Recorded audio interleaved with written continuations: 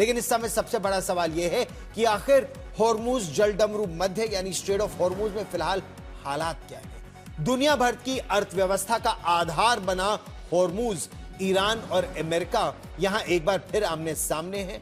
हालात लगातार बिगड़ रहे हैं और यहां कई जहाज फंसे हैं। निकलने का कोई फॉर्मूला अभी तक तय नहीं हो पाया है। यहां तक कि ईरान ने साफ कर दिया है कि बातचीत आगे तभी बढ़ेगी जब अमेरिका अपने ब्लॉकेड को हटा ले।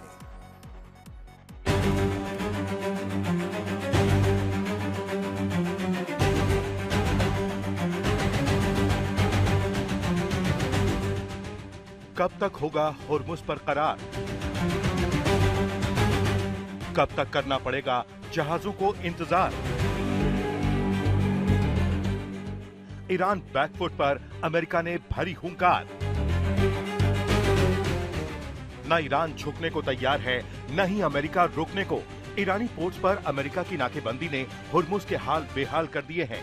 खौफ का साया एक बार फिर समंदर पर मंडराने लगा है और जहाजों की आवाजाही अचानक बेहद कम हो गई है। कहने को ट्रंप ने खुलेआम ऐलान कर दिया था कि ईरान ने हॉर्मुज को पूरी तरह खोल दिया है, लेकिन अमेरिकी नाकेबंदी न हटने से नाराज ईरान ने कुछ ही घंटों बाद हॉर्मुज बंद करने का ऐलान कर दिया। फिर उसके जहाज पर हमला कर अमेरिका की नेवी ने कब्जा जमा लिया, जिससे हालात और खराब हो गए।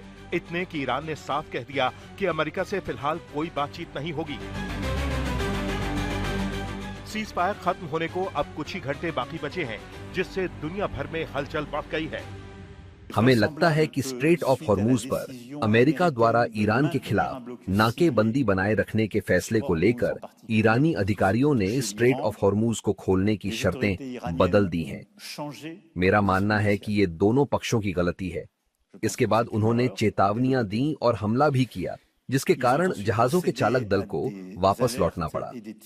उनका यह फैसला सही था। फ्रांस को ना तो कोई नुकसान हुआ और ना ही कोई हताहत हुआ, मगर इन घटनाओं को लेकर हमें तनाव बढ़ाने से बचना चाहिए। इसके बजाय हमें हालात को बेहतर बनाने की कोशिश करनी चाहिए, जैसी शुक्रवार को हुई। स्ट्रेट ऑफ हॉर्मुज को बिना किसी शर्त, बिना भेदभाव और बिना किसी टैक्स के दोबारा खुलना चाहिए। फ्रांस उन देशों में शुमार है जिन्होंने हॉर्मुज में सेना उतारने की ट्रंप की अपील को खारिज कर दिया था। हालांकि फ्रांस का मानना है कि इंटरनेशनल बाजार की हालत को देखते हुए हॉर्मुज का जल्दी खुलना बेहद जरूरी है। हमें तनाव को लगातार कम करते रहना चाहिए और इस मार्ग को फिर से खोलने की दिशा में आगे बढ़ना चाहिए। ये अंतर्राष्ट्रीय व्यापार और वैश्विक ऊर्जा सुरक्षा के लिए बेहद जरूरी है। स्ट्रेट ऑफ हॉर्मुज पर पाबंदियों का सीधा असर पोलैंड, फ्रांस, पूरे यूरोप और दुनिया भर के नागरिकों के जीवन पर पड़ता है। हमारी स्थिति स्पष्ट है। हमें कूटनीति के जरिए ही समाधान निकालना चाहिए। सभी पक्षों को शांत रहना चाहिए और उस बातचीत पर वापस लौटना चाहिए जिसे लेकर शुक्रवार को सहमति बनी थी।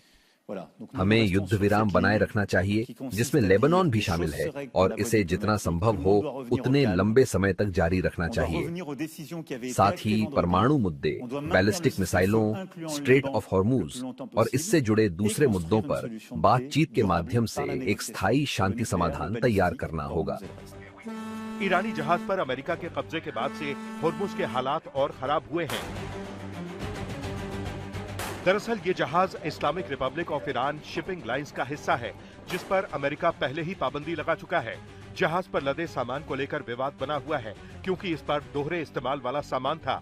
इस सामान का इस्तेमाल औद्योगिक के साथ साथ सैन्य उद्देश्य के लिए भी किया जा सकता था। अमेरिका का आरोप है कि ये शिपिंग कंपनी ईरान के बैलिस्टिक मिशन को मदद पहुंचाने वाला सामान लाती रही है। ईरान ने अपने जहाज पर अमेरिकी कब्जे को गैर कानूनी और सीज फायर का उल्लंघन बताया है। इसके बाद से हॉर्मुज में कई जहाज फंसे हुए हैं। हॉर्मुज के हालात पर करीब से नजर रखने वाले जानकारों का मानना है कि समंदर में जहाजों की आवाजाही तो दिख रही है, लेकिन इनमें ज्यादातर जहाज पोर्ट तक न पहुंचकर वापस लौटने वालों में शामिल हैं। हॉर्मुज को लेकर ईरान भी अड़ा हुआ है और अमेरिका भी। सीज फायर खत्म होने को है। अगर तब तक डील न हुई तो एक बार फिर पूरा इलाका मिसाइलों की गूंज से दहल सकता है।